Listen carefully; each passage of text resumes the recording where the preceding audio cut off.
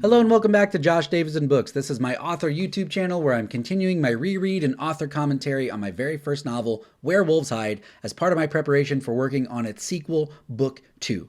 If you like this chapter or have enjoyed the story so far, please consider picking up the book. It's only $4.99 for the digital version. I have links in the description of this video. If you do pick it up on digital, paperback, or hardcover, please consider reviewing it on Amazon. I'm continuing to read. We are all the way to chapter 22. And again, I'm not reading this to perform it. I'm reading it for my own homework. So if you want to enjoy the voices and the imagination and the images that the book would give you, definitely want to read it on your own. But if you're this late in the game or you stumbled upon me here, if this is your first video, at least go back to chapter 1. Please go back to chapter 1. Don't ruin it for yourself. Okay, here we go. Chapter 22. Tommy has parked his Ranger Jeep in front of the Geology Museum. They're all standing behind it, getting gear together, preparing to go underground. Tommy helps Sterling first by assisting him with putting his bulletproof vest on. "You sure you want to do this?" Tommy asks Sterling. "Absolutely. I didn't come this far to quit now. Confirmation of these findings is going to change my life. Maybe all of our lives." Sterling is resolute. Bo puts on his own vest and chimes in. "My girls are what matters. Everything else is secondary." Sterling finishes putting on his vest and is given a sidearm.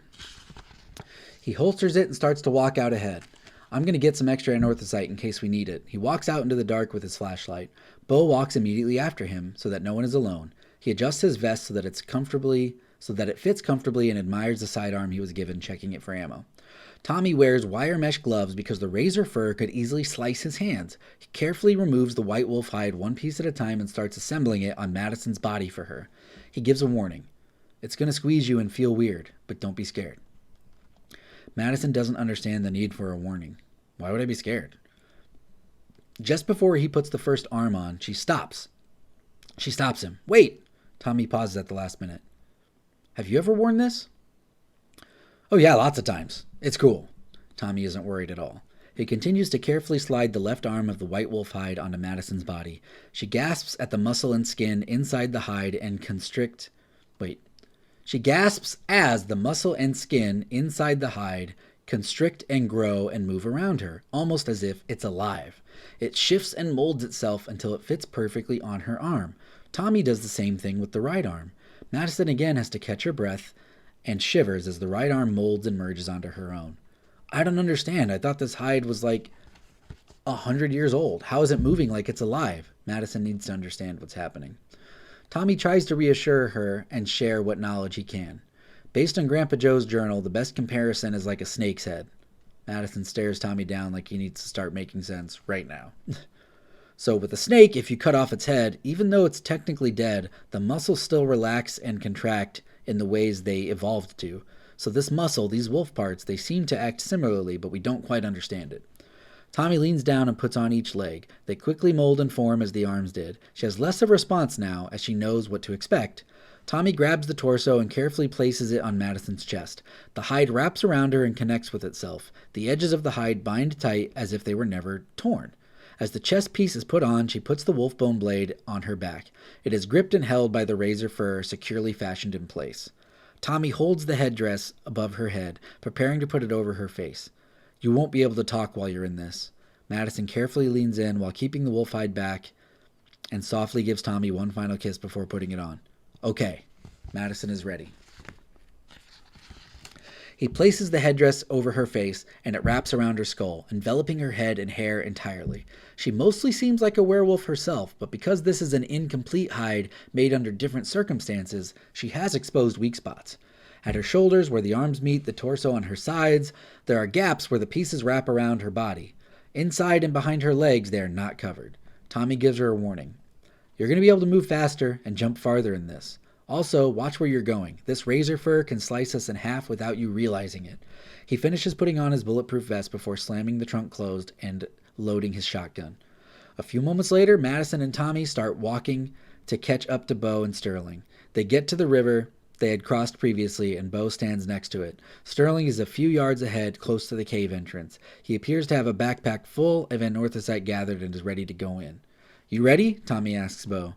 "Yep." He looks at Madison and the wolf hide. "Oh my gosh, Aunt Maddie?" He doesn't say, "Oh my gosh." He says, "I swear." And if you want the colorful language in this book, just buy it and read it for yourself. Madison tries to respond, but all that comes out of the white wolf head All that comes out of the white wolf head mouth is chortles and half-breaths, similar to the struggling horse sound that the dark wolf made the night they saw it. Tommy clarifies for them both. Yes, it's her, to protect her. She can hear you, but you can't talk or howl through the wolf head when you wear it. Madison suddenly jumps several feet into the air and clears the riverbank in a single leap. Landing confidently and quickly, she is fast at finding her footing in this new wolf armor. You can jump, though, Tommy says as an aside to himself. And again, this is kind of a callback to just a couple of chapters ago where Madison had to slowly walk through the water and trudge in the knee-deep water. Now that she's wearing a wolf hide and can jump like a wolf, she just instantly clears it with no problem. Tommy and Bo cross the old-fashioned way and walk through the river on their legs. Bo becomes a straggler and lets Tommy walk in front.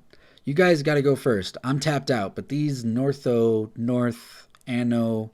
He gets flustered with his mispronouncing and gives up. These effing rocks do stuff to me, so I want to be careful.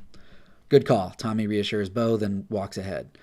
At the cave entrance, Sterling, Tommy, and Madison all nod to each other. Sterling goes first, removing his backpack full of anorthosite and dragging it behind him. Tommy goes after him so Madison can have the space her razor fur needs. Once Tommy and Sterling make it through the tight corridor into the secret entrance clearing, Tommy shouts back for Madison. Okay, all clear, your turn. Madison walks through the anorthosite crevice and hears the shrieking and whining of razors scraping against rocks as she gets to the tightest point of the path.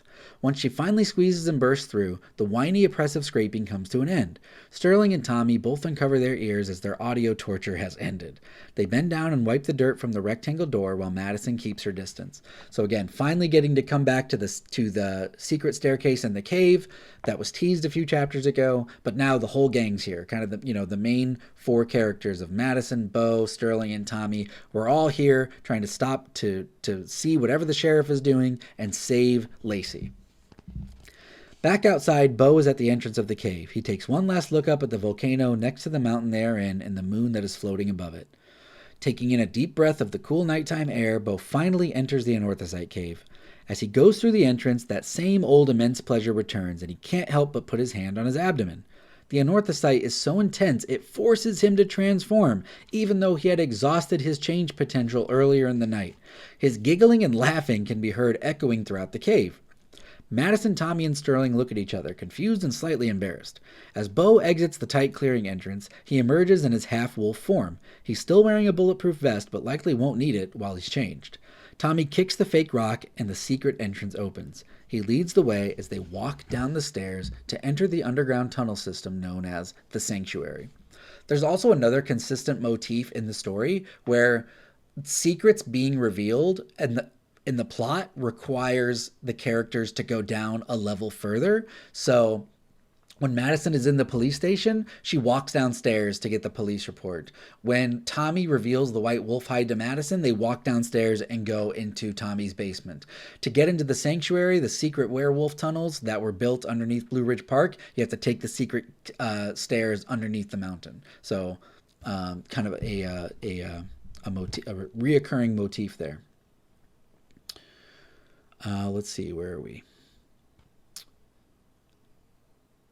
Madison, Tommy, and Sterling look at each other, confused and slightly embarrassed. As Bo exits the tight clearing entrance... Oh, we already read all that. Tommy kicks it and opens it. Just as they all enter the staircase outside the mountain at the cave entrance, the dark wolf arrives, having caught up to them. Once at the bottom, they are surprised at the level of detail that is found. The ground is made of dirt, but the tunnels are lined with light bulbs connected by exposing wiring in between them all. On the ceiling, there are dozens of railroad crossties to reinforce the paths and avoid collapse. They're the same size and color as the ones that Tommy had for his home parking lot.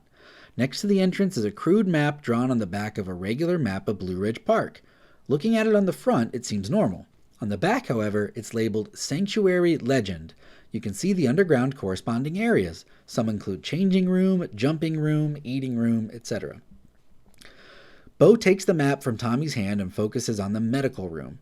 Here, my dad got wrapped up in this stuff because of some doctor. I bet my dad or Lacey is there. Tommy gives directions. Okay, it's about 150 yards east. If we need to escape suddenly, there should be passages like the one for this staircase all throughout the tunnels. Sterling adds some more information for safety. On our way back, I need to check the west end because I noticed a significant decrease Decrease in what, Sterling? I'm on pins and needles, bro. Decrease. This is a page.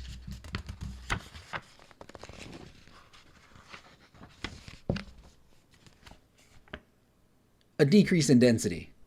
There, that concerns me. They all nod in agreement and start to continue walking together.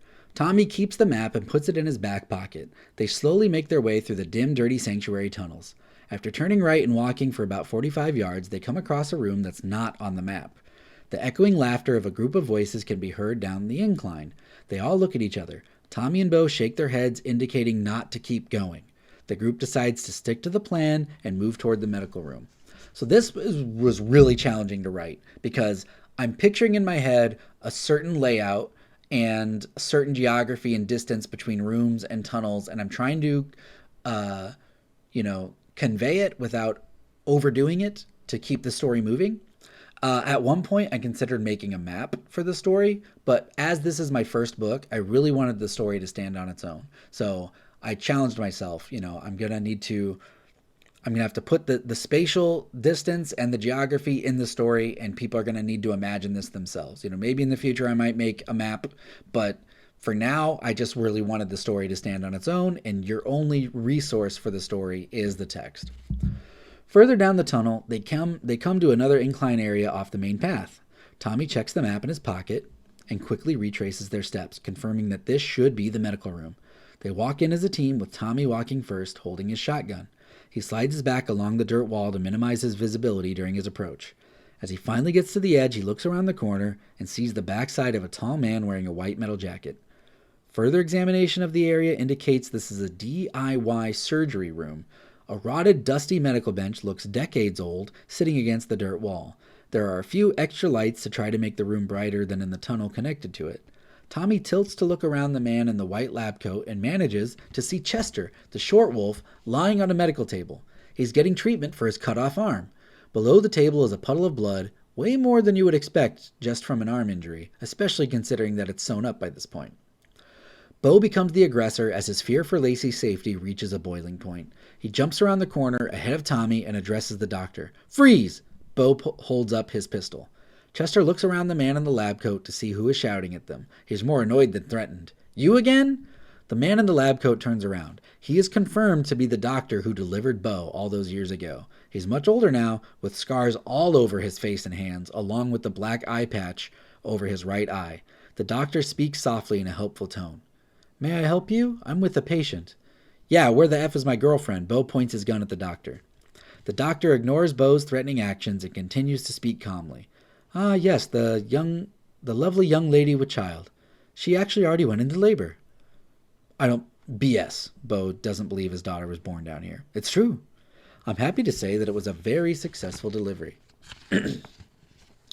"Mother and child are quite comfortable in the recovery room down the hall to your right." The doctor points with the long syringe in his hand for them to continue walking east. "Now, if it's okay, I'd like to continue with my patient, who's in quite a lot of pain." Wolf Chester doesn't want to look weak. "I don't feel nothing, Doc. Best surgery ever." The group all look at each other. They don't have a choice but to continue exploring onward and checking the validity of the doctor's statements. Tommy looks at Bo. "If he's wrong, we come back for more. If he's right, we can't waste any more time." Bo nods in agreement. They all slowly walk backward out of the medical room toward the main tunnel. They double-check the map for the next room on the right as they reach it.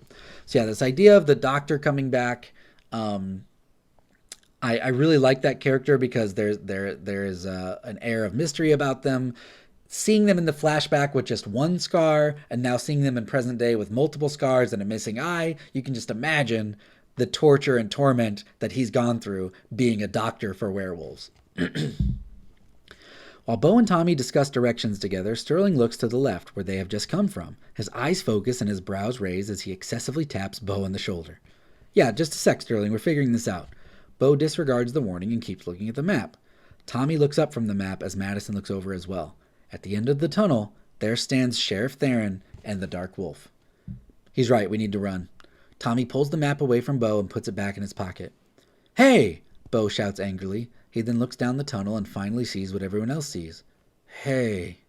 He whispers it a second time in a quiet shock to himself. The dark wolf starts its stride to run down the tunnel after them. They all immediately panic and continue eastward the way the doctor told them. Jumping and clawing to the ceiling, the dark wolf jumps and swings much faster than they can run away. As they turn the corner, he hops around it after them, taking a swipe at Sterling, who is running the slowest. They run several more feet, scared for their lives, before they enter the next room on the path. Tommy stops everyone behind him as he takes in what he sees. A man in a white robe, chained to the wall, has long black hair and a lengthy beard. He's crouched in the darkness and sitting in the corner. As Sterling continues running to avoid being slashed, Madison jumps out of the way and clings to the ceiling so that Sterling doesn't accidentally cut himself on her razor fur. So go Madison, she's in a werewolf hide. She jumps up to the ceiling and uses her claws to stay there. Sterling's speed can't be stopped as he bumps into Tommy, falling down inside the inclined room.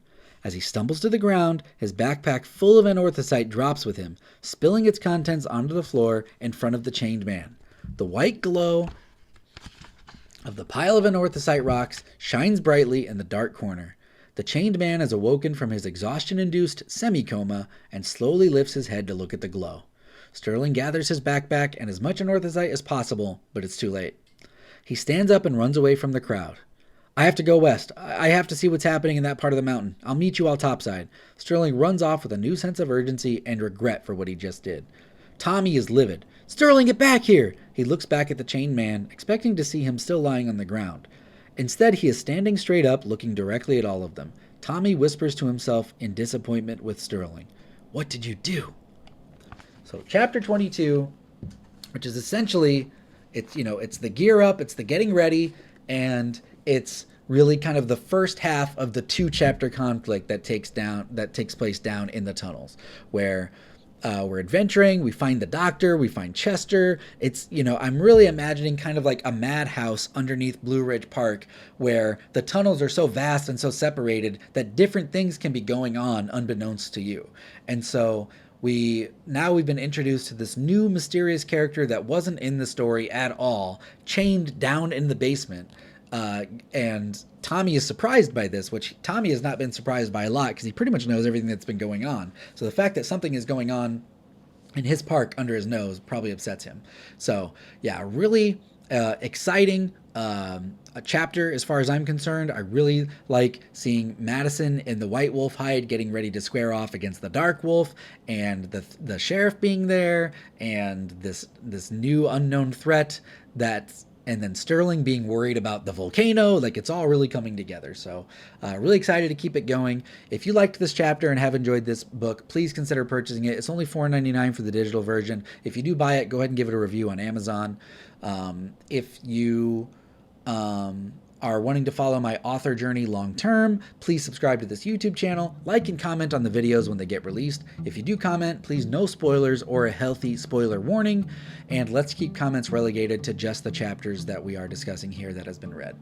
As always, thank you for watching or listening, and I'll see you in the next video.